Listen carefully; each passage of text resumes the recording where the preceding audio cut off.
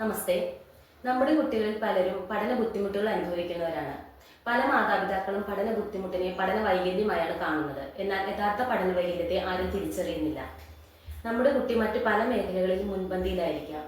കളിക്കുന്ന കാര്യത്തിൽ, ഓരോ കാര്യങ്ങൾ ഓർത്ത് ചെയ്യുന്നതിൽ, മറ്റു പല കാര്യങ്ങളിലും.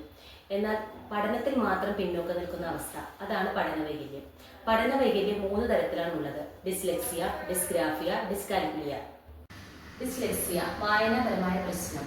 തപ്പിത്തടഞ്ഞ് വായിക്കുക, അക്ഷരങ്ങൾ വിട്ടുപോവുക, ചിഹ്നങ്ങൾ ചേർക്കാതെ വിട്ടു വായിക്കുക, ഇവയെല്ലാം വായനാപരമായ പ്രശ്നങ്ങളിൽ വരുന്നതാണ്.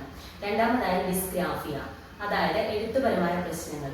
മോശമായ കൈയക്ഷരം, എഴുതുന്നത് മറ്റുള്ളവർക്ക് വായിക്കാൻ പറ്റാതിരിക്കുക, സെന്റൻസ് പാരഗ്രാഫ് ഇവയൊക്കെ എഴുതുമ്പോൾ ഗ്യാപ്പ് ഇടാതെയും കുത്തുകൾ, കോമ, ചിഹ്നങ്ങൾ ഇവ ഇടാതെയും എഴുതുക, ഇങ്ങനെയുള്ള കാര്യങ്ങളാണ് എഴുത്തുപരമായ പ്രശ്നങ്ങളിൽ വരുന്നത്. മൂന്നാമതായി ഡിസ്കാൽക്കുലിയ, അതായത് ഗണിതപരമായ പ്രശ്നങ്ങൾ.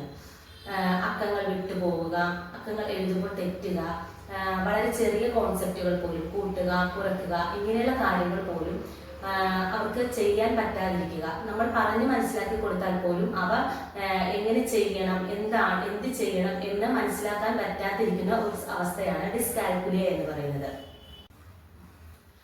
ചില കുട്ടികളിൽ വായനാപരമായ പ്രശ്നങ്ങളായിരിക്കാം, ചില കുട്ടികളിൽ എഴുത്തുപരമായ പ്രശ്നങ്ങളായിരിക്കാം. എന്നാൽ മറ്റു ചില കുട്ടികളിൽ ഗണിതപരമായ പ്രശ്നങ്ങളായിരിക്കാം കാണുന്നത്. എന്നാൽ ചില കുട്ടികളിൽ ഇവ മൂന്നും ഒരേപോലെയുള്ള രീതിയിലും കാണുന്നുണ്ട്. ഇത്തരത്തിലുള്ള കുട്ടികളിലെ പഠന വൈകല്യങ്ങൾ ആദ്യം തിരിച്ചറിയേണ്ടത് രക്ഷിതാക്കളോ അധ്യാപകരോ ആയിരിക്കും. എന്തെന്ന് വെച്ചാൽ, കുട്ടികളോടൊപ്പം പഠനപരമായ കാര്യങ്ങളിൽ കൂടുതൽ നേരം സമയം ചിലവഴിക്കുന്നത് അധ്യാപകരും രക്ഷിതാക്കളുമാണ്. കുട്ടികളിലെ ഇത്തരം പഠന വൈകല്യങ്ങൾ, ഇത്തരം കുറവുകൾ മനസ്സിലാക്കി കഴിഞ്ഞാൽ എത്രയും വേഗം കുട്ടികൾക്ക് അതിനാവശ്യമായുള്ള ട്രെയിനിങ്ങുകൾ നൽകേണ്ടതാണ്.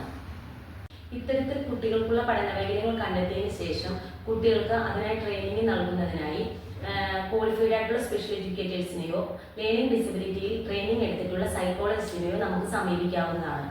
അവർ തയ്യാറാക്കിയിരിക്കുന്ന ഇൻഡിവിജ്വലൈസ്ഡ് എഡ്യൂക്കേഷൻ പ്രോഗ്രാം വഴിയും ഇത്തരം കുട്ടികൾക്കായി പ്രത്യേകം തയ്യാറായിരിക്കുന്ന പാഠ്യേതര പദ്ധതി പ്രകാരവും കുട്ടികൾക്ക് നല്ല രീതിയിലുള്ള ട്രെയിനിങ് നൽകാവുന്നതാണ്. ഇത്തരം ട്രെയിനിങ്ങുകൾ നൽകുന്നത് വഴി കുട്ടികളിൽ കൂടുതൽ ഇംപ്രൂവ്മെന്റ്സ് നൽകാൻ പറ്റുന്നതാണ്.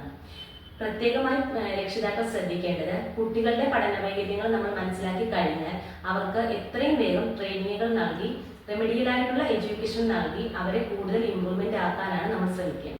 ഇന്നത്തെ വീഡിയോയിൽ പറഞ്ഞ കാര്യങ്ങൾ എല്ലാവർക്കും മനസ്സിലായി എന്ന് കരുതുന്നു. ഇനി അടുത്ത ടിപ്സുമായി നമുക്ക് അടുത്ത വീഡിയോയിൽ കാണാം.